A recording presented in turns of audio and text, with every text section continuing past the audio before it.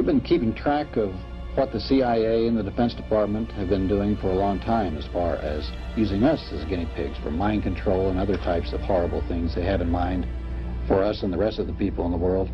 What are some of them? Well, it started out basically with the CIA doing experimentations on their own men to discover if they could get rid of agents who were going to quit the department and still had classified information. So they utilized different types of drugs and pain and hypnosis and electric shock to try and get the guys to forget. Then they also did experimentations to using different chemicals to see if you can induce a person to commit a crime or induce him to do that or to do this. Of course, the CIA claimed that it didn't carry it through. The documentation we got was actually that they did that.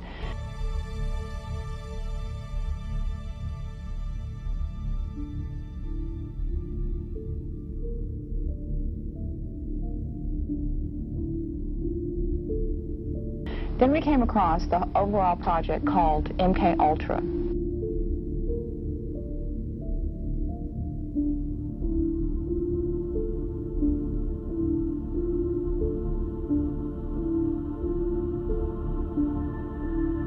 Its earlier code name was Artichoke, and that included 149 sub-projects.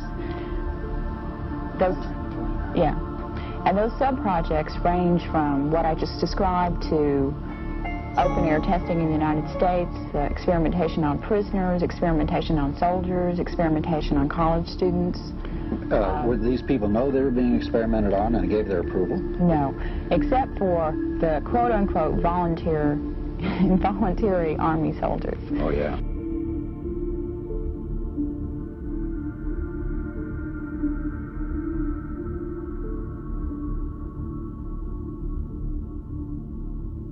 We're talking about Edward Bernays today, and it will all come together. Just sit with me for just a while.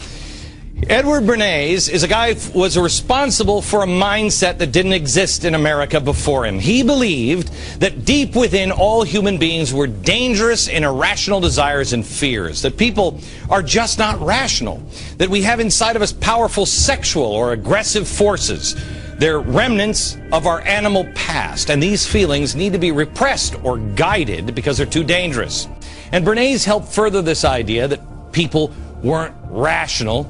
Underneath, he said, people really had four things going for them. They were controlled by four things. They were self-preservation, aggression, security, or, of course, sex. He believed if you can harness one of these four things, you can get people to do anything. He started taking regular things like smoking, associated him with one of these four things.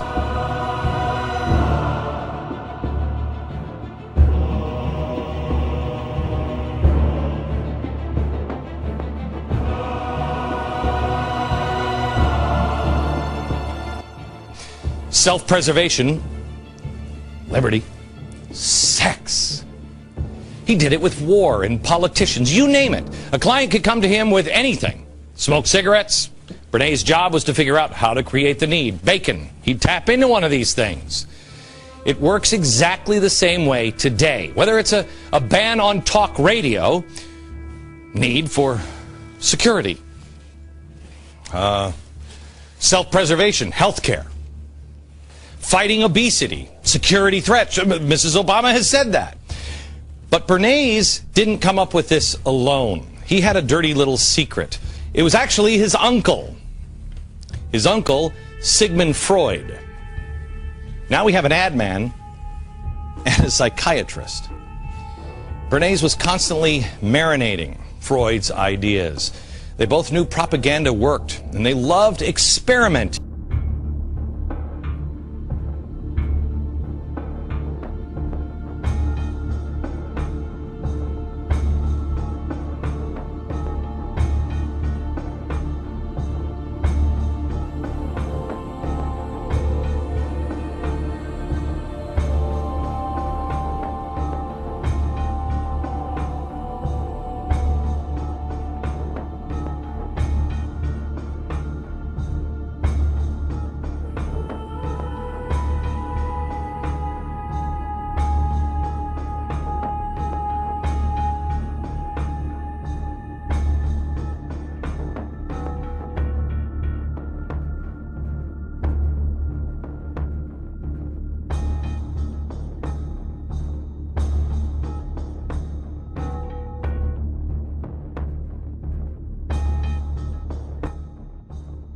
When I was doing research for the show and I thought they love to experiment, I had heard that before from someone that looked at people as animals and they could be experimented with.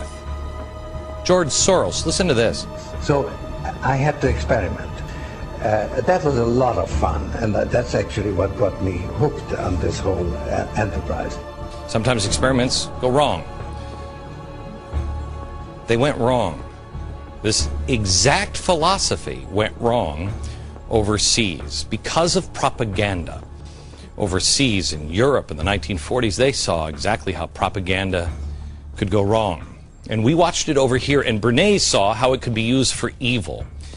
But our government decided, okay, we don't want to make the mistakes of Europe, so what we're going to do is we're going to use propaganda for good. So believe it or not, we started for the first time developing community health clinics. Did you know that?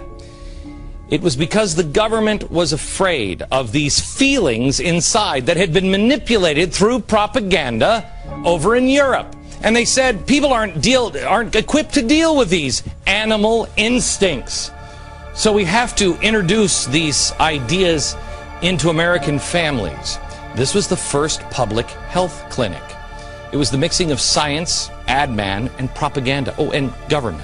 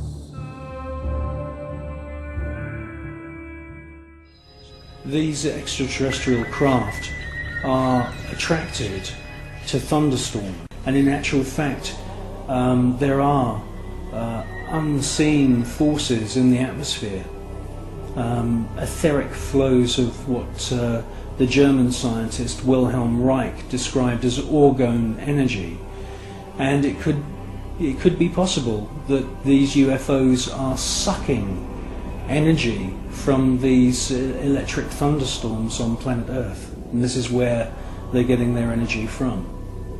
You should concentrate on the first object that appears, and you will see that it holds its position.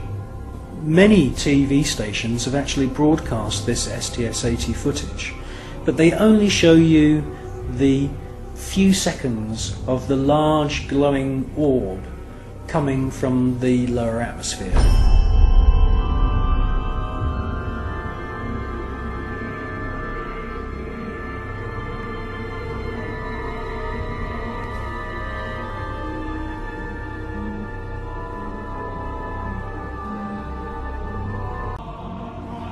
The cameraman who's operating the space shuttle camera is fully aware that the first object has held its position, and after the large orb has ascended from the lower atmosphere and the shuttle is moving away from the scene,